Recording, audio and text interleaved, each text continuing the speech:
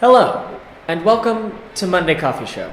I'm Travis, And I'm James. and we're going to talk about how we have embarrassed ourselves really badly.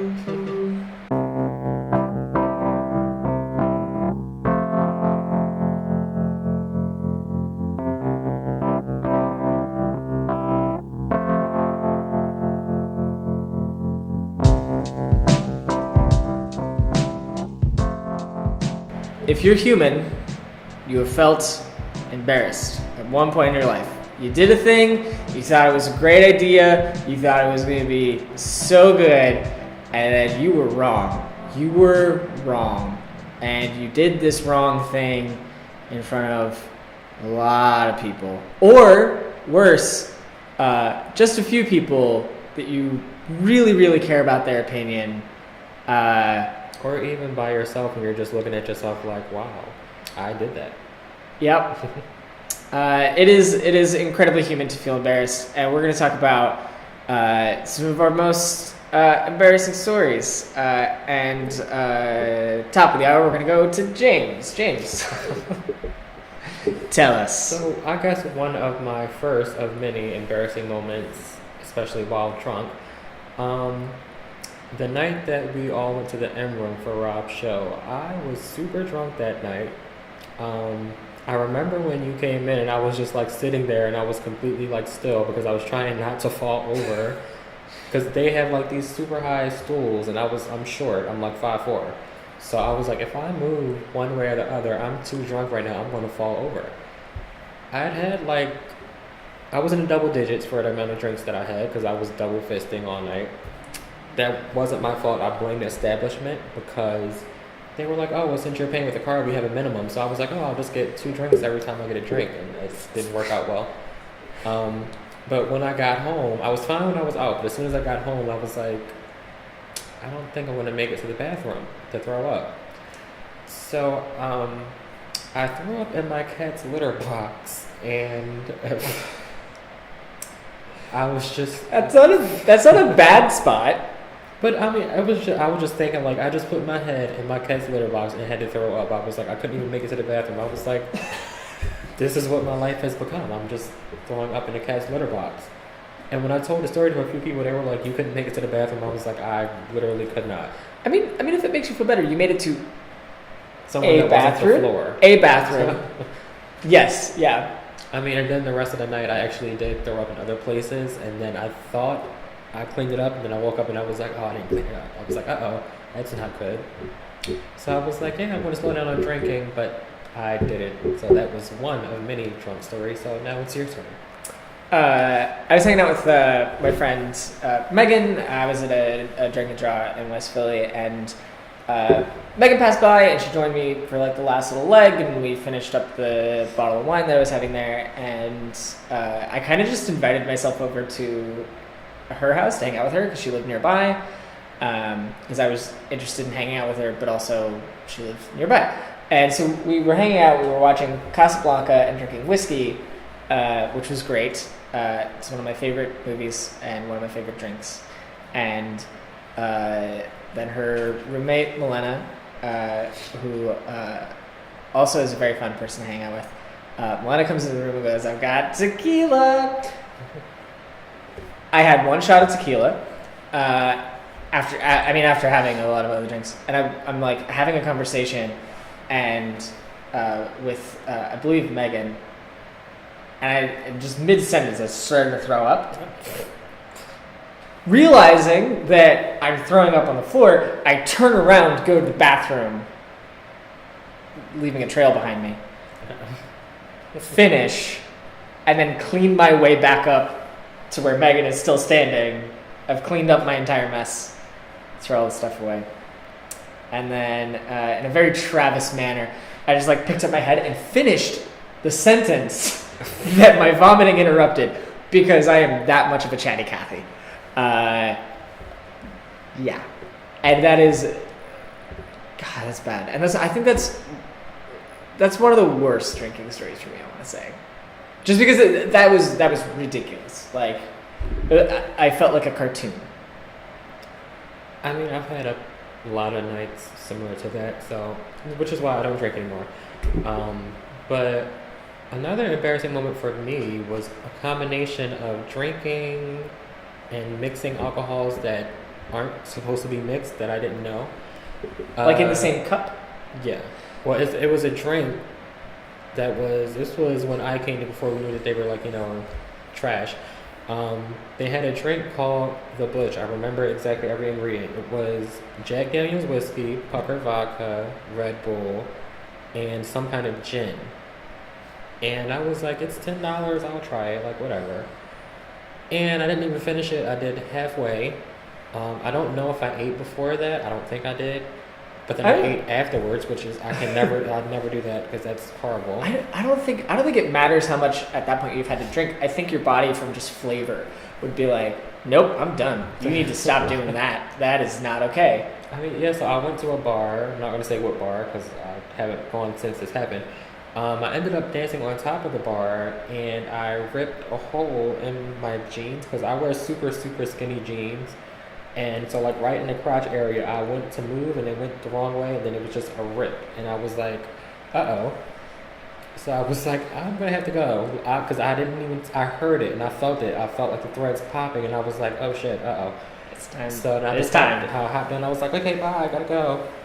This is before Uber, by the way, so I had to catch the trolley home with a hole in my jeans, and I was just like, luckily I had a flannel that night, so I just tied it around my waist, but I was still like, I hope no one saw that, but I was just so embarrassed. I was like, I will never go to that bar again. I will never drink that drink again.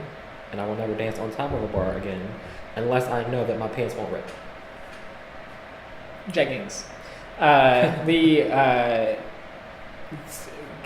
Going back in time quite a bit. When I was in the 8th grade, I had learned how to play the bass guitar. And I still play guitar. I haven't really played a bass in a long time, but I formed a band with some friends who never practiced together.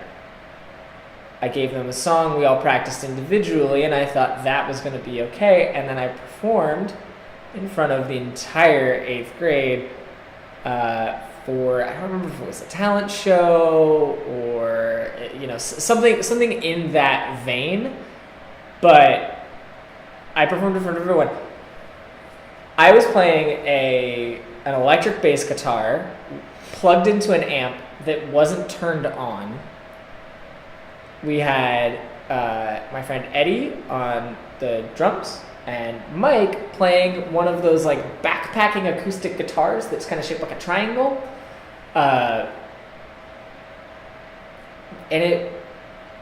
No, I'm lying. Because, nope, that's the right one. Sorry, I'm thinking of a different embarrassing musical moment where we had someone else playing drums who had never heard the song before and was just following and improvising, and he did a great job. And I'd like to thank you, Chris, because I put you in a weird position. Yeah, I did that twice in front of my entire class.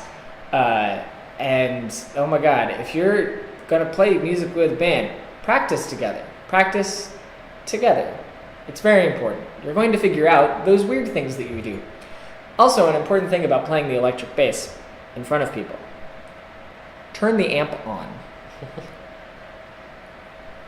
'Cause duh. Are you kidding? It was great. Yeah, so this embarrassing moment, this wasn't my fault. This was actually something my sister did, so I am going to put her on blast, but I haven't let her live this down. So, my sister and I are both, well, when I was drinking, we both were, I guess you could say, heavy drinkers. Like, we can drink shots and tequila, whiskey all night and be fine, for the most part. But she decided to buy a bottle of 99 bananas and consume that whole bottle within 10 minutes.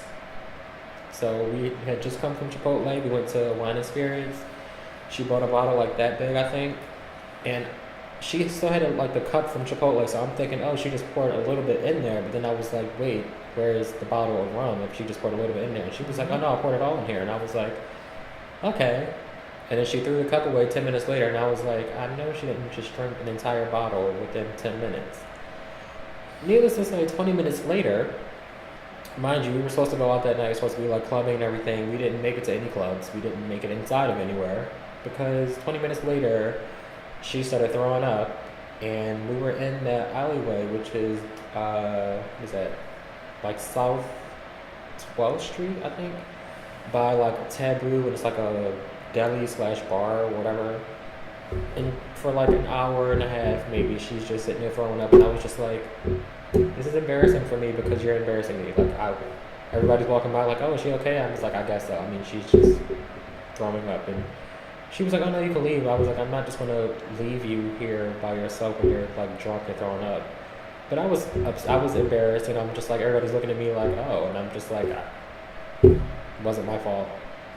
And I had not let her live that down because I'm like, we were supposed to go out, we didn't go anywhere. She was sick for like an hour and a half to 2 hours, and then once she threw everything up, she was like, okay, I'm fine now, let's go get some more drinks. I was like, no, we need to go.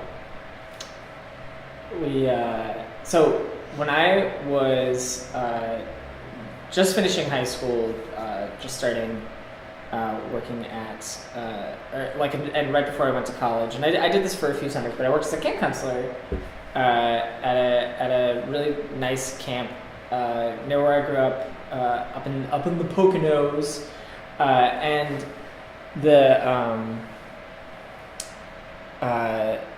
there was quite a few times where we didn't have campers. Whether it was, we typically, would have campers from Monday at noon till like, or I think they would get dropped off like Sunday. We would have them for the week, and they would get picked up on Friday, like a different age group each time. So like weekends we had by ourselves, but also we did 2 day camp things where we stayed at the camp, but the kids left at 4, and we just had the rest of the day to have camp to ourselves, and we had a lot of fun. And one night we just were like, all right, dinner's over, we're gonna have some fun. What do we want to do? And we're like, we're going swimming, and we're going to do it naked. Which is always a great idea. If you have a chance to go skinny dipping, do it. Be careful around children. Be careful around law. Just don't be a jerk about it. Just don't be a jerk about it. Speaking of embarrassing moments there, but so we're in the camp pool. It's dark. We've turned the lights off, and we're swimming. What we forget is the groundskeeper lives next to the camp, and he saw the lights turn off the pool, so he drove around and like rolled up and was like, oh, hey, you guys are here, what's going on? We were like, oh, we just wanted to do a little night swimming. And he was like, and we're just in the water pretending to not be naked. And he just was like, cool, you guys need any help? And we're like, no, we're great. He goes, okay, well, be careful with the light box because it is full of bees. I don't know, he's like, I have to take care of that. And then like leaves, and we were like, great, because now we have to turn that back on in the dark and not anger the bees. But yeah, that was a good one. I think my last one, I have to think of one that's appropriate. I can't tell about anything in Cancun. No. Cancun. That's. So I guess one of the last times that I went to New York with my best friend Marielle, we don't typically have to pay for anything when we go out there because like promoters are like, oh, like whatever y'all want is free, and I'm like, okay, cool, fine with me. The problem with that was that I know my limit, but when I hear I'm paying for your drinks, I think, well, I'm not going to offend you and say no, so I'm just going to take drinks as you offer them. So always a good plan. Great strategy. So like as people may know, like New York nightlife is different from Philly because here everything closes at like 2. There everything's open till like 5 or 6. So we were in this one club from like 11 until 4.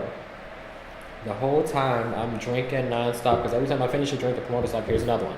I'm like, okay. So I'm drinking, doing hookah and everything. I'm feeling great. I think I'm just drunk. I didn't know I overdid it. So we leave the club, and I'm like, okay, so let me first say this.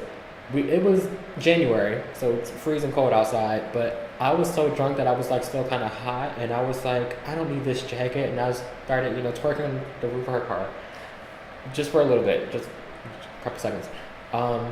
Then I was like, I'm hungry, I want McDonald's. By the time we all got to McDonald's, I had like passed out, and she was like, we're at McDonald's, what do you want? And I was like, oh no, I'm not hungry now. And she was like, okay. So as soon as we leave McDonald's, I was like, yeah, you might want to pull over. I don't want to throw up in your car. So she pulls over, I throw up. 2 minutes later, I'm like, you need to pull over again. So the whole time it's just stop and go, because I'm like, you got to stop, I'm going to throw up. And then that whole night, I was sick. I couldn't eat anything the next morning. She was like, you need to at least eat bread or drink water. I was like, if I eat anything, I'm going to throw it back up. I was like, I can't even drink water. I was like, I just want to go to sleep. And I was just like, I had never been that drunk before, like to where just the smell of food, I was just like, I'm going to throw up. Oh my gosh, that's bad. Like even drinking water, I was like, this is going to come right back up. I already know it. And I was like, it was a fun night, and I have like videos of me dancing, but I was like, they will not be posted anywhere. And I learned my lesson. Well, I almost learned my lesson just a little bit. But that was one of the last times I had like excessively drank and paid for it dearly for the next 2 days. So that was horrible. I don't know if this is necessarily like it wasn't embarrassing at the time. Just kind of rounded this little chat out. On my first bike and build trip, we had bike and build prom in Twin Falls, Idaho, and Habitat for Humanity in that area paid for us to have our prom in a gazebo at the bottom of Snake River Canyon. It's this beautiful park. If it's not a national park, it's a state park. It's this gazebo. It's the bottom of a canyon. There's really nice greenery around. You can see the waterfalls coming down on the walls of the canyon, and there's people with their families, and they are walking through, taking in the beauty of nature and some of the more beautiful parts of America. And then you just pan the camera along until you see this gazebo, and there are 28 19 to 28-year-olds in various costumes, including Adam and Eve, Lady Gaga, Winnie the Pooh, just a denim outfit, etc., etc., etc. And we are raging drunk during the day, just screaming to the window, to the wall, at 6 p.m, because we were classy folks. It was a really great time, and it wasn't really embarrassing at the moment, but we did talk about that particular scene a lot later, being like, is that a good idea? It was. But if you want, absolutely tell us about your embarrassing stories. Let us know, should we really be embarrassed by what we've talked about today, which is probably yes. As always, give us that whole subscribe thing and enjoy our coffee.